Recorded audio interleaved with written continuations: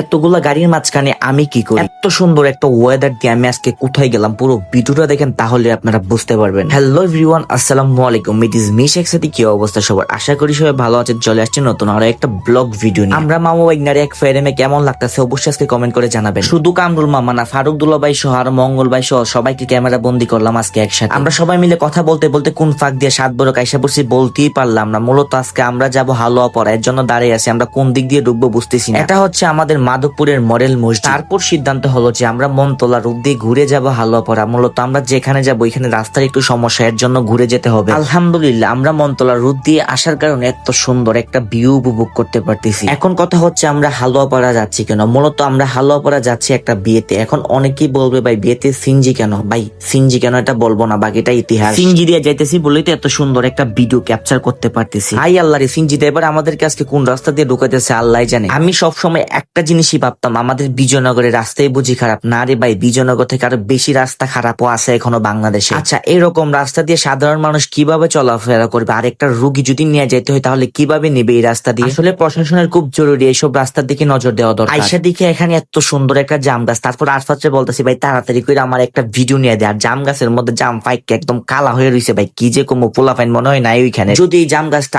আমাদের এলাকায় হইতো, জাম গাছ আবার জামও থাকতো, জাম গাছের পাতাও শেষ হয়ে যেত এতদিন। বিয়ে খাইতে আইলে যে হাতাহাতি করণ লাগে এই ব্যাপারটা ভাই একদম খারাপ লাগে। আজকে কিন্তু আমার হাতাহাতি কইরে অনেক ভালো লাগছে। কেন ভালো লাগছে জানেন? যে একটা ওয়েদার দিয়ে হারছি, কি কমো যদি যে কোনো মানুষ একটু সামনাসামনি দেখতো পুরো ওয়েদারের প্রেমে পড়ে যেত। এই পুকুর বাড়ি গাছের জোর গুলা দেখেন, পাওটা যদি একটু উল্টা ফাল্টা জায়গায় ফেরে তাহলে মনে করেন আমি শেষ, ডাইরেক্ট ফানির মধ্যে। আমি আজকে আপনাদেরকে একটা গুরুত্বপূর্ণ কথা কই শুনেন। পেট শান্তি তো দুনিয়া শান্তি, তাই আইসের সাথে সাথে খাইতাম বয়ে গেছি। খাওয়ান ছাড়া কোনো কথাই নাই। আজকের রেসিপিটা সেমই ছিল, ডাল ছিল, রোস্ট ছিল, গরুর মাংস ছিল, দই ছিল। আজ যে বিয়া কত খামো বুঝতেছি না, সামনে আবার 2 দিন পরে বিয়ার দাওয়াত আছে। আচ্ছা আগে আমি খাইয়া লই, পরে আপনাদের সাথে কথা হইব। আজকের ব্লগটা আমি এখানেই শেষ করে দিচ্ছি। আবারও আপনাদের সাথে নতুন কোনো ব্লগে দেখা হবে। সবাই ভালো থাকেন, সুস্থ থাকেন। আসসালামু আলাইকুম।